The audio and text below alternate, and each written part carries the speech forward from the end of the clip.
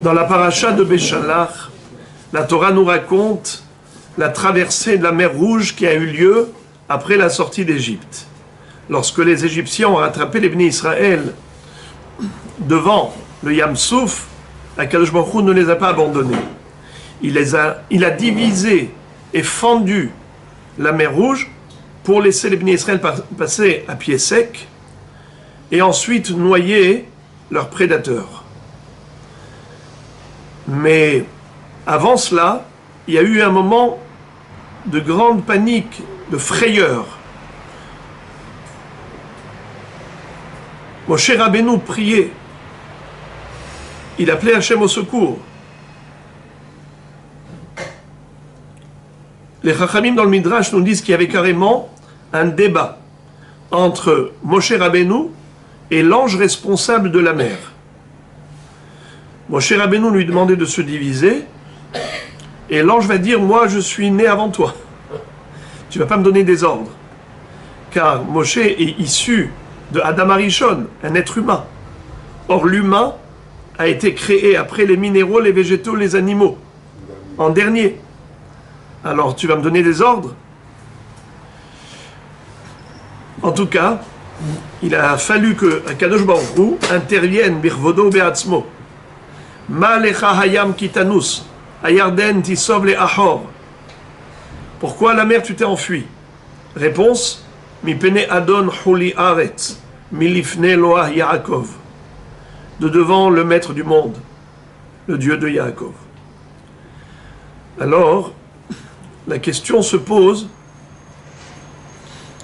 comment est-ce que on pouvait dire qu'à ce moment-là, comme s'il y avait une difficulté pour Akadosh Baruch Hu de réaliser ce nes?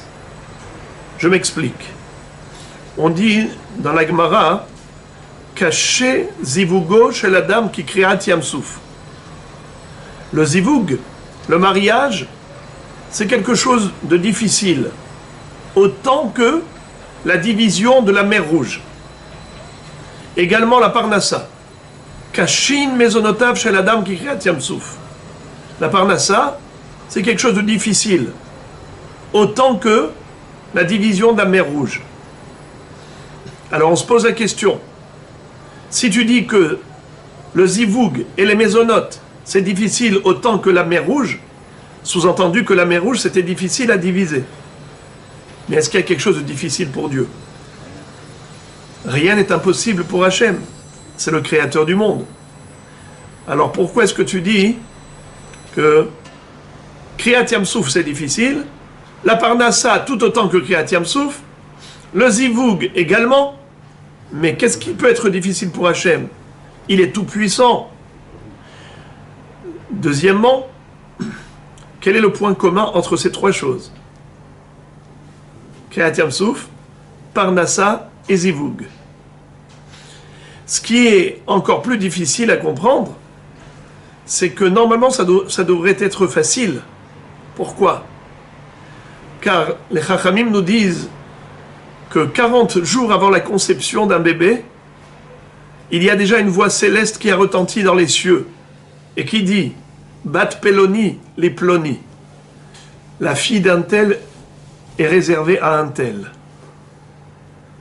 Alors tout est déjà déterminé avant même la conception. Pourquoi y a-t-il une difficulté? Entre parenthèses, cette question que je viens de poser, la Gemara y répond dans Masechet Sota en disant Kan bezivug rishon, kan bezivug sheni. Quand on dit 40 jours avant la conception, ça a déjà été décrété, décidé, on parle du premier zivug, premier mariage. Mais lorsque il y a zivug sheni, deuxième mariage, c'est là que c'est difficile, comme Kriyat Yam Souf. Mais on va essayer de rajouter notre réponse. Alors, quelle est la difficulté si ça a déjà été déterminé auparavant? Pareil pour la Parnassa. Pourquoi tu dis que c'est difficile? Kashin mezonotav shel adam Kriyat Yam Souf, mais à Rosh Hashanah, on a déjà décidé, Akadosh Baruch Hu a défini le destin de chacun, chacune, combien il va recevoir cette année. Alors, si les mésonotes sont fixés depuis Rosh Hashanah, pourquoi tu dis que c'est difficile comme Kriyat Yam Souf? Également, Kriyat Yam Souf elle-même, ça a déjà été programmé. Chachamim nous dit sur le Pasuk, Vayashov hayam le etano, et la mer est revenue à sa place. Chachamim disent, la mer est revenue litnao, à la condition première. C'est-à-dire, Dieu avait émis une condition avec le monde, la mer. Il lui a dit à la mer, le jour viendra, dans 2448 ans, mes enfants sortiront d'Égypte. Tu devras t'ouvrir et fendre tes eaux devant eux pour les laisser traverser. Donc c'était déjà programmé. Pourquoi tu dis que c'est difficile? La réponse à toutes ces questions est la même. C'est que, en réalité, c'est vrai, c'était déjà prédestiné. Par exemple, la Parnassa, à Rosh Hashanah. Je me dis, voilà, cette personne mérite tant de Parnassa. Où est le problème? C'est que quand les Malachim qui viennent avec l'enveloppe de la Parnassa, ils cherchent cette personne qu'on a vue sous le talit à Rosh Hashanah. Où est-ce qu'elle est? Il y avait un tzaddik là-bas, une super tzadékette. Mais où est-ce qu'ils sont là? On ne les reconnaît plus. On veut bien donner la Parnassa au destinataire, mais il ne correspond pas à ce qu'on a décrit là-haut. Là, on a décrit un tzaddik, une tzadékette, et maintenant, pendant l'année, oh là là, ça n'a rien à voir avec la personne qu'on a vue à Rosh Hashanah. Pareil pour le zivoug. Arbaim Yom, 40 jours avant la conception, c'était une neshama tehora, Elokai, neshama shenatatabi tehorai. Elle était tellement pure, cette neshama. Si elle avait gardé son état de pureté, il n'y avait aucun problème. Ça va comme sur des roulettes.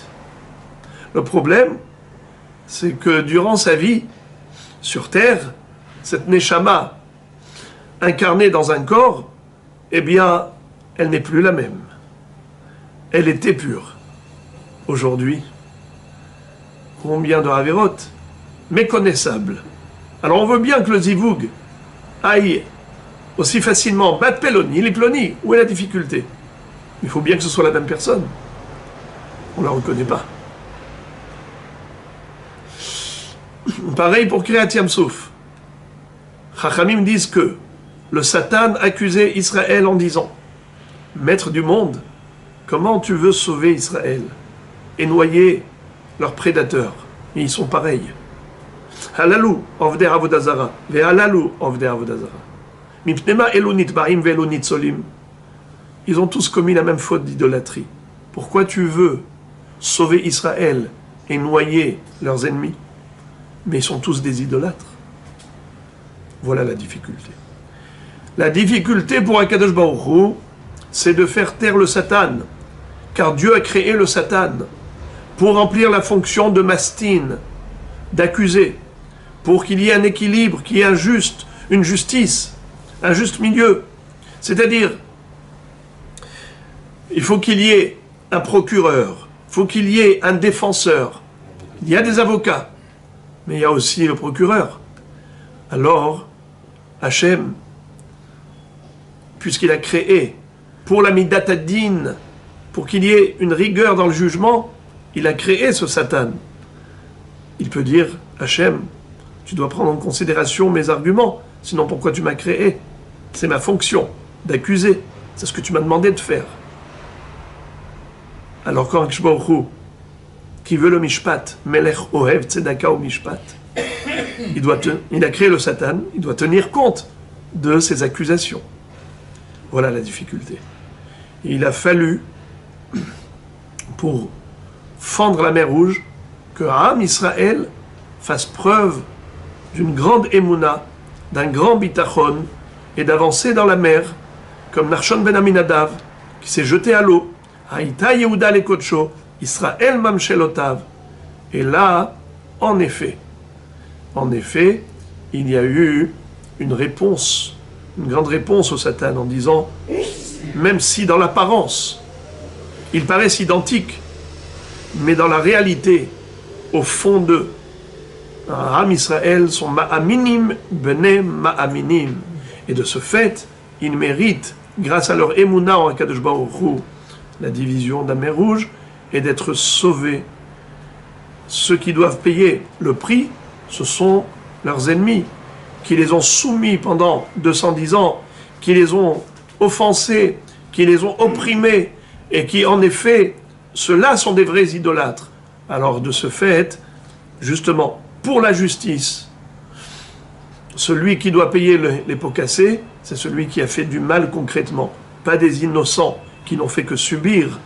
Voilà donc, pour ce soir, une petite étincelle, mais Be'ezrat Hashem, on aura l'occasion de développer davantage à une autre occasion.